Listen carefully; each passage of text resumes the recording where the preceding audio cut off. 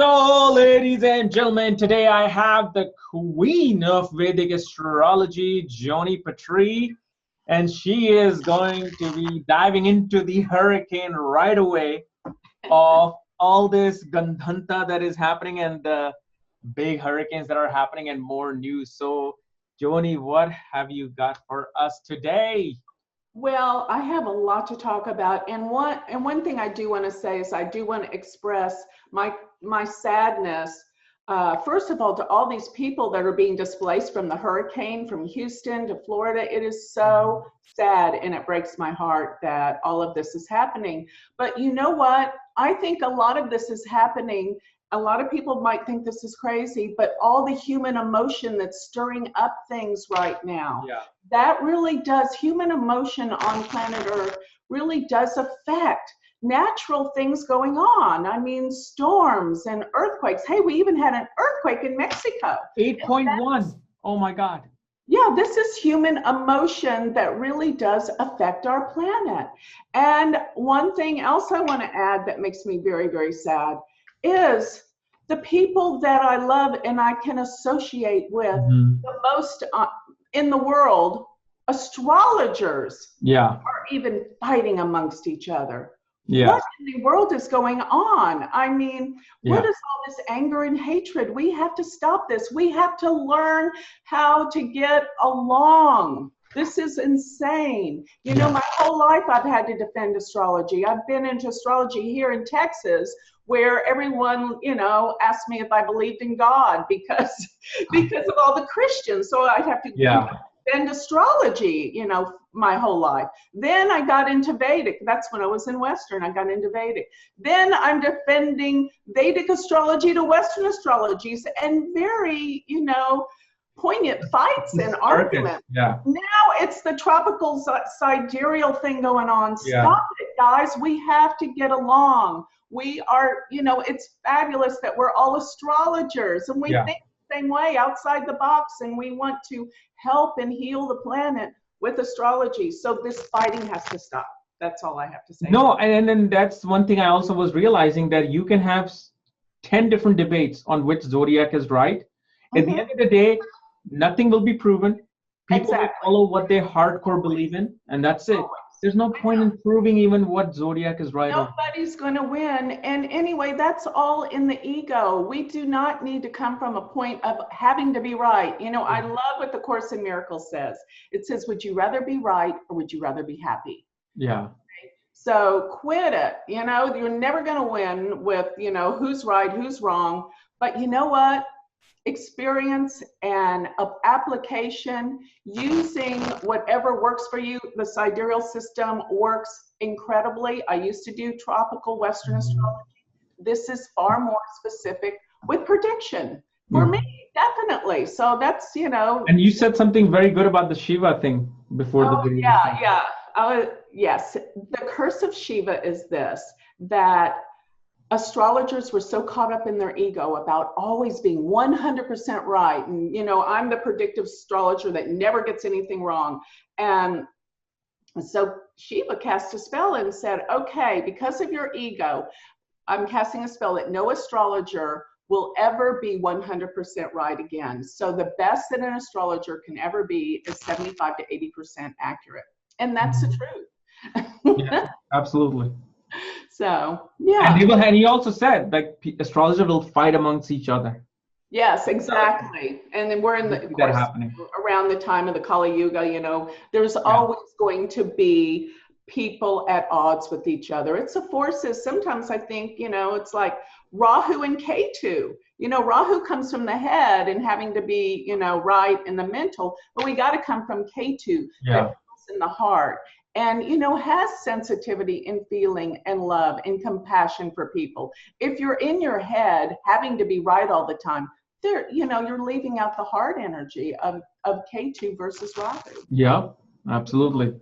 So, and also, I saw on your Facebook also that you've got a book coming out.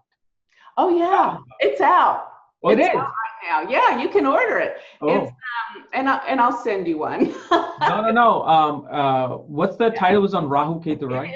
It is Rahu and Ketu, our karmic destiny through eclipses. And what it goes over is it looks at an individual's chart. It actually has a table in the back where you can look up people that don't know astrology or have ephemeruses. They can look up where their Rahu and Ketu were at the time of their birth. And it goes into your Rahu and Ketu. See, Rahu's the future and Ketu's the past. So it really does give you indications of your destiny and what you're here to learn through this lifetime. And when you look at Rahu, it's your future, but Ketu can really depict our previous lifetimes and what we have to learn in this lifetime. So looking at the dichotomy of Rahu and Ketu, you can tell what your destiny is. And the way that I look at them is what sign they're in, what house they're in your chart, and most of all, the dispositors that they're in, because that will tell you about the destiny, the dispositor of Rahu and Ketu in your birth chart. Then I look at eclipses, because remember, eclipses are because of Rahu and Ketu lined up with the sun and the moon. So this is relative to what eclipses are about. And eclipses, by and large, to me, are one of the best predictive tools we have in astrology. So when you look at eclipses, I mean, my God, they're degree points. Twice a year, there will be a solar eclipse, and the signs and the nakshatras they're in, the planets the eclipses are conjunct, will tell you what's going on at that time. And we just had this eclipse with, that was Rahu with Mars in the last degrees of Cancer, early Leo. That's Gandanta. So you see, this eclipse is so powerful. And look what's been happening ever since this eclipse. But one point I want to point out before we go into looking at what's going on in the world is that when we look at these eclipses, you can go back 18 and a half years ago where they were in the same sign. And that will give you information as to what you're here to experience through your individual life, as well as what was going on in history. Go back to 18 and a half years ago. So this Rahu and Ketu that are just coming into Rahu into Cancer and Ketu in Capricorn. This was 1999, year 2000, that they were there before. And that can be relative as to information that you are here to learn from your life. You can depict some of the things you went through then and bring it to the future to see what you can gain and learn. Because my thing about eclipses is they always bring something out of the dark that we didn't know about. I mean, this is the light of the sun being eclipsed. Yeah. So there's some interesting information that can give us healing, both in our personal lives as well as in world events. Yeah. So I go over all of the nodes in the past, or all of the eclipses in the past, that, well, not all of them, but major world events and where the eclipses were occurring with Rahu and Ketu in the book. And then I even go over the Kalasarpa Yoga and powerful people that have Rahu or Ketu conjunct planets in their chart. So that's like a little. And also, if you look right now in Gandhanta, Rahu is in Magha, tradition, ancestors. And if you notice, the whole thing with the Virginia taking down the statue, and then people are coming, no, this is our culture, this is our history. You see how that played out in the masses, and then it played out in this astrological world and in our personal lives and all. I'm sure somebody's fighting for ancestral property right now, dealing with something with their grandparents. So, and then obviously now it's going to come into Cancer, water, hurricane, the steam. Exactly. So you got it. It's just so incredible. I mean, this is real astrology, working with these points. Yeah. Of the eclipses of Rahu and Ketu. And, like I was telling you earlier, these Gandanta planets would not be Gandanta if you're looking at the tropical zodiac. Mm-hmm. They're Gandanta in the sidereal zodiac. Yeah. And I predicted these hurricanes months before they happened. You did, yes. That's what my wife was saying. Like, do you know Joni said that? Like, this is going to happen, and it's happening. I never thought it was going to happen. I'm like, really? Wow. And then I watched the video. I'm like, yeah, she did say that. I know. I mean, it's here. You know, astrology is a tool for us to guide us and predict, and it happens. Oh, and one more thing, you know, I like to give a little synopsis in some of my videos about what to invest in. Mm-hmm. And people think I'm just pulling this out of thin air. I want you to know, I do listen to trends, like, you know, people say, oh, this stock should go up based on this, or this stock should go up based on that. But I take the chart of the first trade that company did on the stock market, and I go back in history and look at the ups and downs of the stocks on the stock market according to their first trade chart date of that company. And that's how I make my predictions. People think I'm just saying it off the top of my head, or I'm psychic. Or like, how will you know when the company was formed and what time the company was formed?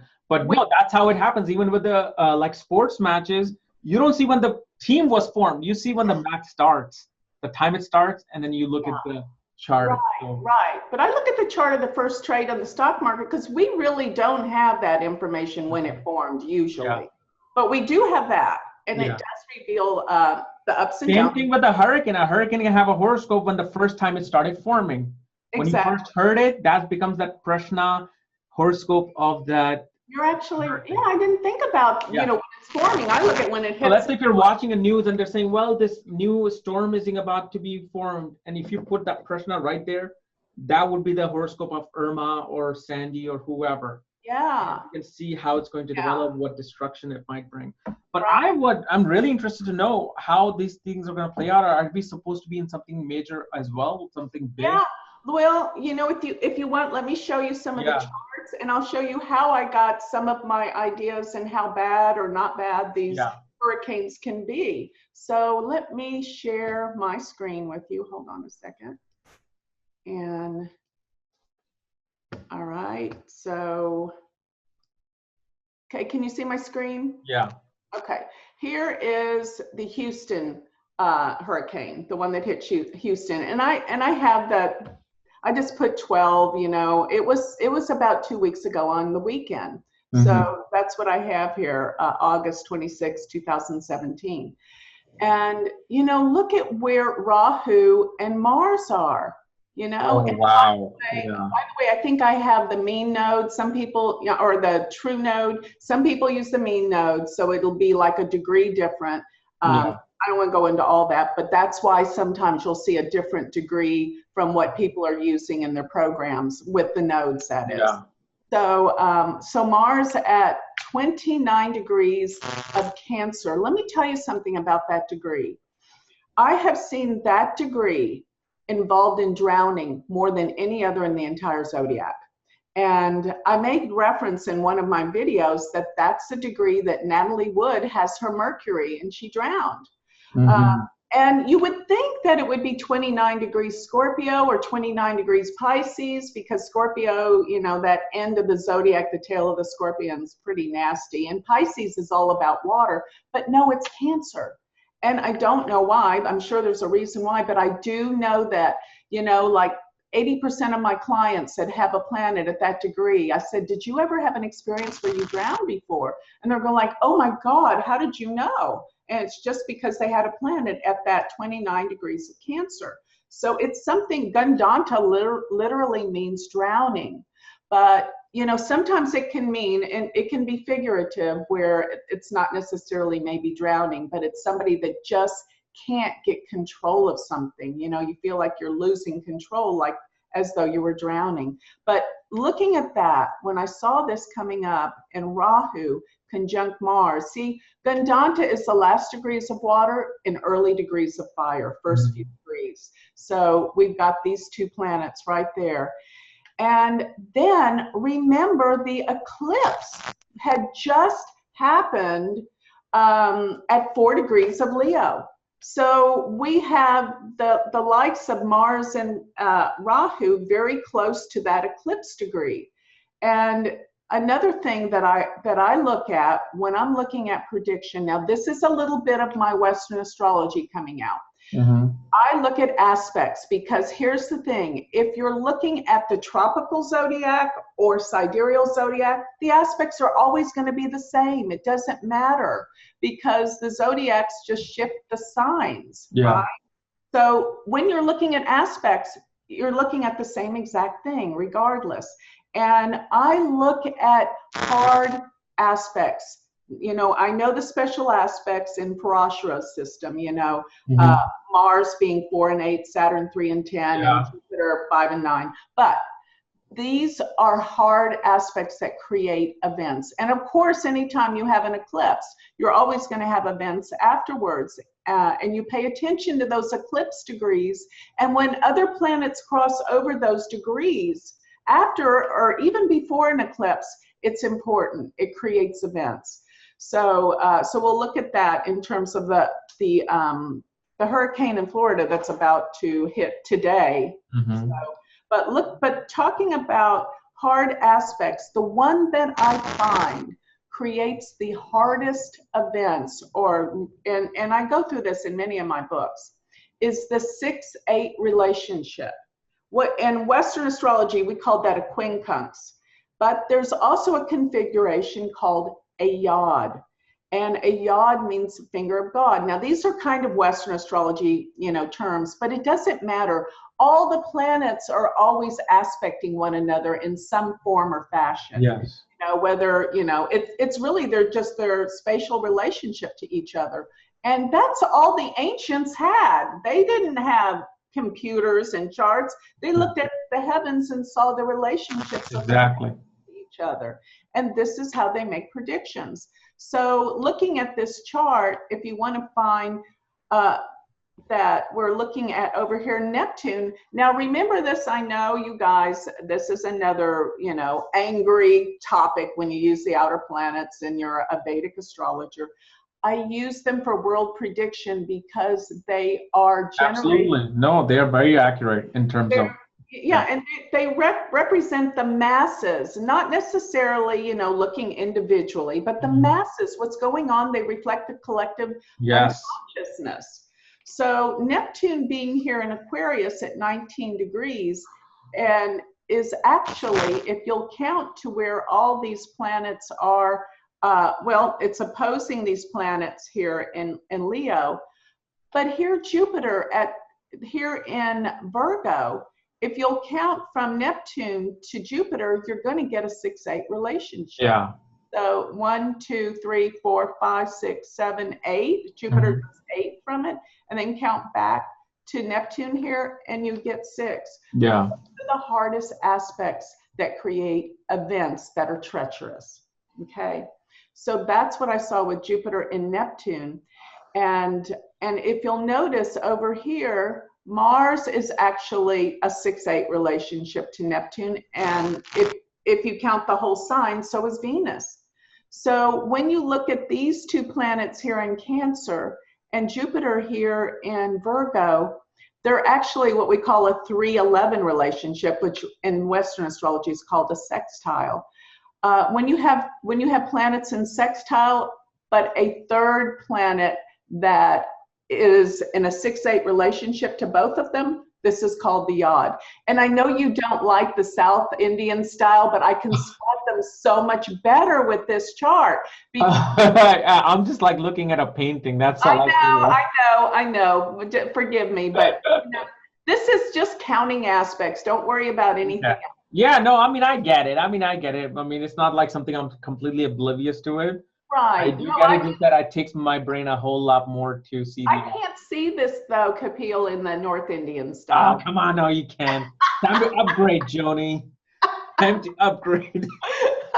Time to come to the advanced. Hey, it's whatever you're familiar with, right? Yeah. It's whatever we're familiar with. So we don't need to argue about that. Oh, no, we do. I'm going to make a video on this now. I know you're not. I'm just saying the way everybody is, they start scrutinizing everything. Yeah. So, so if you were to draw a line out here into these, you see a Y. You can't see that in the North Indian. So there's that Y, the yod. Oh, I see what you're saying. Yes. You know, and here's another note. In terms of Gandanta, Saturn's Gandanta too. And Saturn's also Gandanta. Until about October 26th, well, really into November, because it's also in the early degrees of fire that it's Gandanta. So Saturn's going to be Gandanta for quite some time, we've had Mars here, Rahu here, and we have these yod configurations that are difficult, and Saturn. But notice that Uranus is opposed the moon right here, pretty tight. And Uranus can be sudden, unexpected events and things that, of course, you know, we have weather forecasters. This shouldn't be that unpredicted.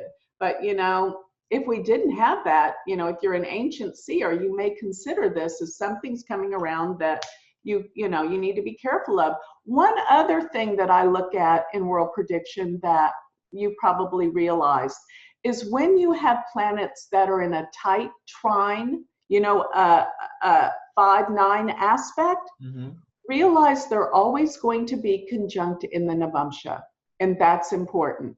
So if you'll notice, Saturn, let's see, is pretty tight to Mars.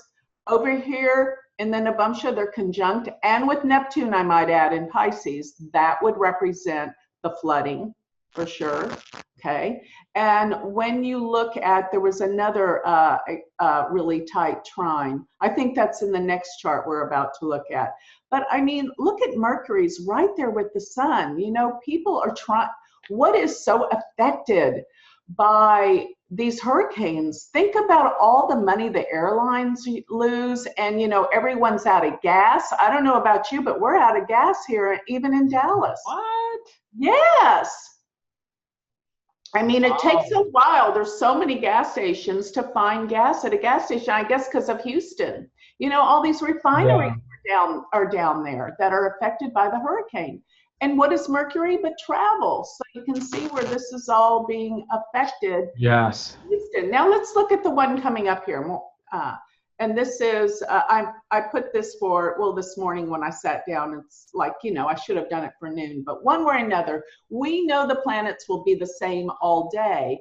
And I tell my students, by the way, you know, I have a university where if people are interested, I teach all this. As a matter of fact, our last class that I had with my students this week, we went over these hurricanes and we looked at, you know, what's happening through talking about the yods, talking about the hard aspects, and talking about the trines that connect the planets in the Navamsha chart. So these are all the things that I make my predictions with. So what is the significance when you see in a chart that, okay, let's say Saturn and Sun are trying to each other and conjoining in Navamsha, that becomes...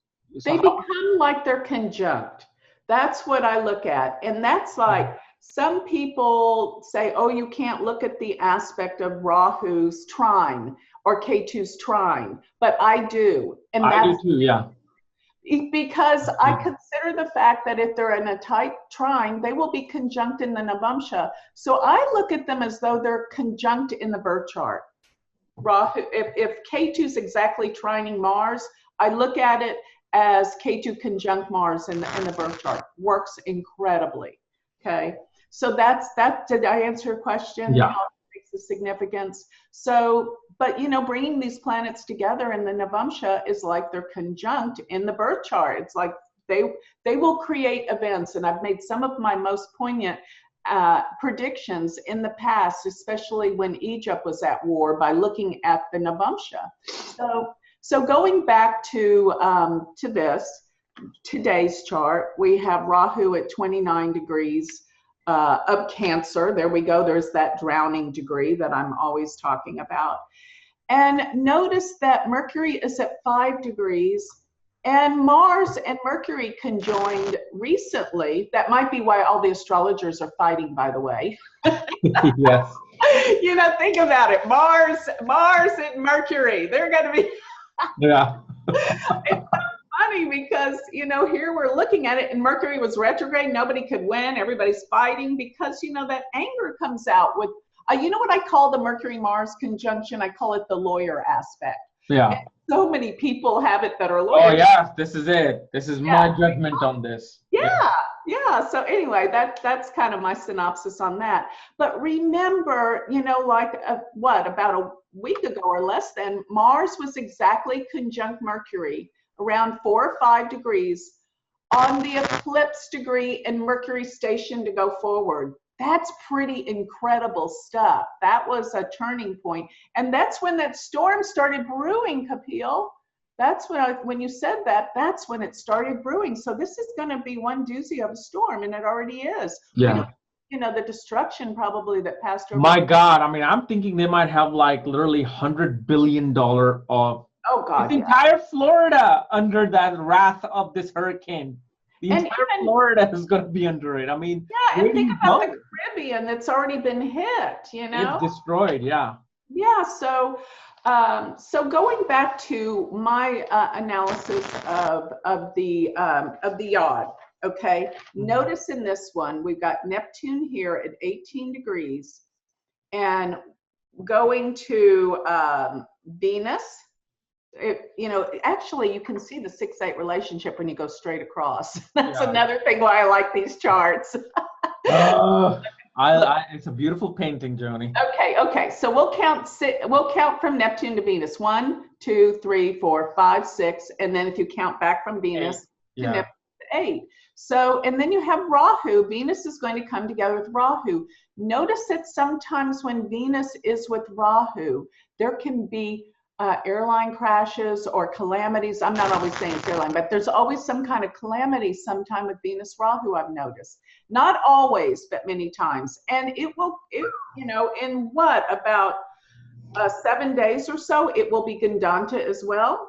So we've got Venus, and you look at it, how it's associated with Jupiter right here. There's these 311, or if you want to call it the sextile, and these form a yod to Neptune.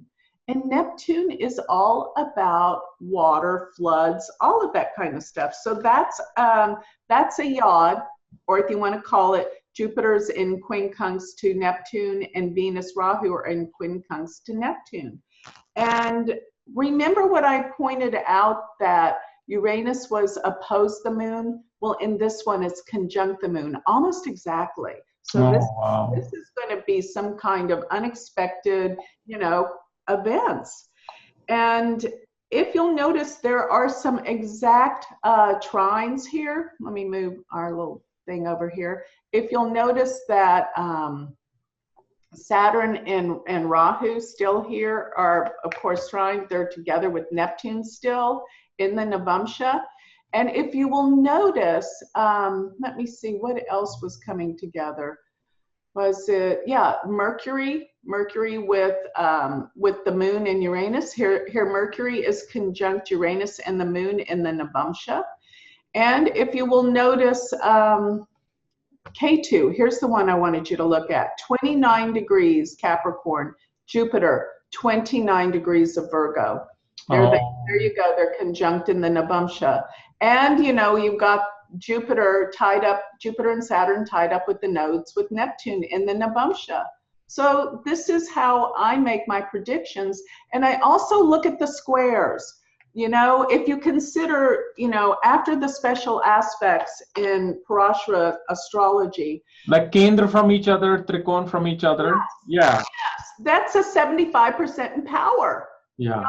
It's not 100%, but all those squares, those hard aspects are really hard and make things happen. So, you know, Saturn squaring the sun and Mars, and Saturn squaring Neptune. So you look at those hard aspects, and that will create what's going on globally in the world and affecting people. So according to you, do Kendra positions like squares, are they always bad, or do they always can also be? They're difficult in the aspect that they create, you know, like where you're frustrated and you're angry and you're trying to get things to move forward. But usually they can indicate breakthroughs, because when you persist and you work at something, then you have a breakthrough. Yeah. Because, you know, actually, if you consider in looking at aspects, the next aspect that comes along after the square is the trine. Yeah. It's almost like when you're on a keyboard, when you're looking at music, it's like that sound that sounds like it's incomplete, and then you come to the sound that it you know, and that's aspects. This is numbers, this is math, really. And so I mean, yes, it's hard, but I look at squares as an opportunity for growth. You know what? We don't grow unless we have to. Yeah. You know, do you really want to go out and create changes in your life when everything's going really well? No. When things are difficult, that's when we really try, and it gives us opportunities for growth. And that, by and large, is why we're here, to grow on a spiritual level, to grow on an emotional and spiritual level. This is what this is all about. Wow. And then also, what how do you feel about these transition of Rahu in Cancer and Ketu in Capricorn? Okay, well, I'm glad you asked that, because, you know, going back to 1999, in the year 2000, that was actually the time of the .com, when, you know, all the stocks and everything were exploding. Oh, yes. Yeah. Yeah. And you know what? The stock market's been doing pretty well. To everyone's surprise, everybody thinks the big correction and the crash is coming. But I don't think so yet, based on the fact of, I went back to 1999, 2000, and, you know, everything kept growing. But guess what? When Rahu and Ketu went into Gemini and Sag, you know, look what happened in 2001. Yeah. This is probably what will happen again. There'll be a big, you know, crash or something. Yeah. Because of probably terrorism or something. You know, it's not like when, it's not like if, it's like when this will happen. So let me ask you, when Rahu Ketu were last in this Gandhanta position, was there any hurricanes or any weather things happening in the US? You know, that's a good question. I think I went back to Katrina, and no, that was 2005. Yeah. You know, we need to go back and research. Yeah. Because I know Florida had one hurricane similar to the one we're having now. I think it was called either Andrew or something? Andrew something, but they said it was back in the 90s somewhere. They're like, oh, 92. That was 92, sorry. Okay, that's right. So, but the thing is, we're also had an eclipse on this particular Gandhanta. That is really that's the more significant. And don't forget, the eclipse path was in the United States. Yeah. So that's where all the havoc and things are happening, you know, where the eclipse was most visible. And I think, you know, maybe the path wasn't directly over Mexico, but, you know, that earthquake just happened, and we're going to have more of this. This is like going to predominate a lot of this year with earthquakes and storms. How do you think the winters will be like this year for US? I think they're going to be colder, and I predicted that in my YouTube, because when we're looking at planets going into air signs, but, you know, and if you'll go back to the times that Rahu and Ketu were in certain signs, but air signs create cold, and Jupiter's coming into Libra. Yeah. And, you know, into Swati too. Swati is all air. Yeah.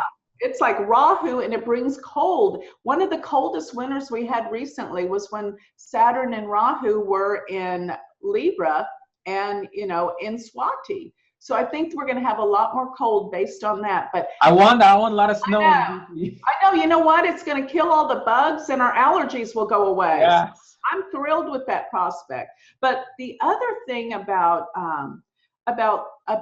Jupiter going into Libra, you know, Libra's balance, Libra's peace, and I hope that people will stop all this nonsensical fighting about everything. No one will win in any kind of debate, arguments. Yes, so we just have to agree to disagree, and we have to learn how to get together, come together and understand each other, and look at where we have likes, not likes. Exactly. And, you know, and that's really, and that's what Libra's all about. Yeah. Compromise, right? Exactly. No, I knew that when Jupiter comes in, it's just going to be more compromise, more peace. I know. I know. And what is that? Of the Virgo. That's just in a few days. Yeah. Yep. Absolutely. Looking forward to that. I know. Me too. So, and then also you are going to be partying with me in Sedona too, right? Yes, I will. I am so looking forward to that. So a lot of my students are coming. They want to meet you, and we're all going to come together. We're going to have a blast in Sedona. So I'll bring the champagne. Yeah, thank you. So I want everyone to know that they should come to Sedona. It's going to be November 30th through December 4th. I'm doing a workshop, an all-day workshop on how I predict world events and eclipses. And it's all about my new book, Rahu and Ketu, the indicators of our destiny in our personal lives and our reincarnation. Where is the book available? Amazon? It's on Amazon right now. Okay. You can get the Kindle or the paperback. Okay, perfect. Just Google my name in Amazon, and it's Rahu and Ketu, our karmic destiny. Perfect. Thank you so much, Joni. So I hope to see everyone in Sedona, and we are going to have a blast. I'm going to talk about all these fun things and come together with love and peace of the great science of astrology, Vedic Astrology. I love it. Thank you for this message. Needed that. Yes. Bye. All right. Thank you, Kapiel. Yep.